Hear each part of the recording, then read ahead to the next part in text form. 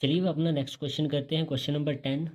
A guy wire attach to a vertical pole of height 18 metre is 24 metre long and has a stake attached to the other end. How far from the base of the pole should the stake be driven so that the wire will be touched? यहाँ पे हमें statement देखो कितनी बड़ी दी गई है, लेकिन हम इसको सिंपल तरीके से समझेंगे कि यहाँ पे हमें बोलना क्या गया है।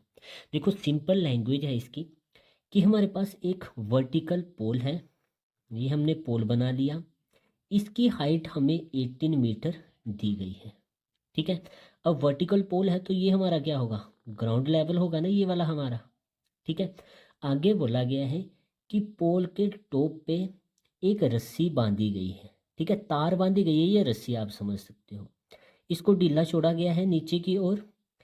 एक पर्सन गया, उसने ये स्टेक रस्सी पकड़ी या तार पकड़ी, इसको बिल्कुल कस के कहीं आगे बांध दिया इस पॉइंट पे। ठीक है, ग्राउंड लेवल पे। तो मैंने लिया यहाँ से ये जो स्टेक थी, ये बिल्कुल उसने स्ट्रेट ऐसे खींची टाइट करके और यहाँ पे बांध दी उसने। तो यहाँ पे मैंने उसी के बेस पे एक डायग्राम बनाया है। देखो ए बी मैंने ले लिया पोल, पोल वर्टिकली है तो यहाँ पे 90 डिग्री का एंगल बनाएगा। ये बेस ले लिया, ये जो मेरी स्टेक है यहाँ पे पोल के ऊपर बंधी हुई है और इसको बिल्कुल टाइट करके सी पॉइंट पे बांध दिया मैंने। ठीक है, तो ये हमारी एक राइट एंगल ट्रायंगल बन गई है। हमें आगे बताना है कि ये जो स्टेक यहाँ पे बांधी है उसका डिस्टेंस, ये जो पोल है इसके बेस से कितना है, यानी बी सी निकालना है। सेम जैसे पीछे क्वेश्चन था वैसे ही इसमें हमने करना है। ठीक है, तो 18 मीटर मेरे पोल की हाइट है, तो लिखेंगे ए बी क्या है मेरे पास, पोल। ठीक है, हाइट ऑफ पोल भी लिख सकते हो, is equal to 18 metre. A C क्या है मेरे पास, स्टेक, तो A C is a stake is equal to कितना आ जाएगा, 24 मीटर। निकालना क्या है मुझे, बी सी निकालना है मुझे।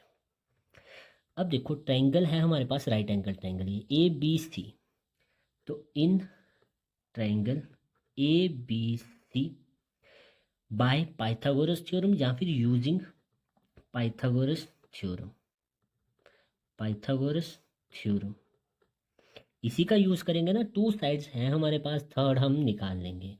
तो सबसे पहले हाइपोटेन्यूज का स्क्वायर यानी ए सी का square is equal to base का स्क्वायर प्लस परपेंडिकुलर का स्क्वायर। ए सी हमारे पास 24 है तो 24 का square is equal to B C हमने फाइंड करना है, तो बी सी का स्क्वायर प्लस ए बी हमारे पास है 18, तो 18 का स्क्वायर। अब देखो 24 का स्क्वायर है, ये स्क्वायर आपको डायरेक्ट निकालने आने चाहिए, यहाँ से आपके टाइम बचते हैं। ठीक है, तो 24 का square 576 is equal to B C का स्क्वायर प्लस 18 का स्क्वायर होता है 324। देखो 10th क्लास है तो लगभग आपको 25-26 तक के तो स्क्वायर आने ही चाहिए। ठीक है, ये आपको एक तरह से रटे हुए होने चाहिए। अब देखो बी सी स्क्वायर यानी बी सी की वैल्यू फाइंड करनी है, ये प्लस में दूसरी साइड भेज देंगे माइनस की हो जाएगी, is equal to B C का स्क्वायर। इनको सॉल्व करते हैं, 6 में से 4 गए 2, 7 में से 2 गए 5, 5 में से 3 गए 2, तो बी सी स्क्वायर मेरे पास आ गया 252। अब इसको सही करके लिखता हूँ मैं, B C square is equal to 252, square दूसरी साइड जाके स्क्वायर रूट बना देगा, तो B C is equal to square root 252। अब देखो 252 है तो ये तो किसी का भी स्क्वायर नहीं होता है। ठीक है, तो इसको अब हमें प्राइम फैक्टराइजेशन मेथड से सॉल्व करना पड़ेगा। इसके फैक्टर निकाल लेते हैं।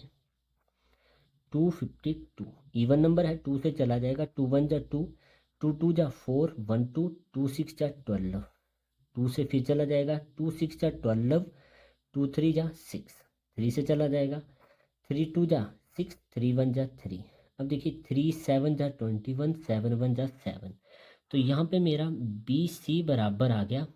ये जो भी वैल्यू आई है इसको मैं स्क्वायर रूट के अंदर लिख रहा हूँ, 2 इंटू 2 इंटू 3 इंटू 3 इंटू 7। अब देखिए 2 का पेयर बना बाहर आ गया, 3 का भी पेयर बना बाहर आ गया, बट 7 का नहीं बना, तो ये स्क्वायर रूट अंदर ही रहा। ठीक है, स्क्वायर रूट के अंदर, तो BC किसके बराबर आ जाएगा मेरा, 2 3 जा 6 स्क्वायर रूट 7। ठीक है, इतना हो गया।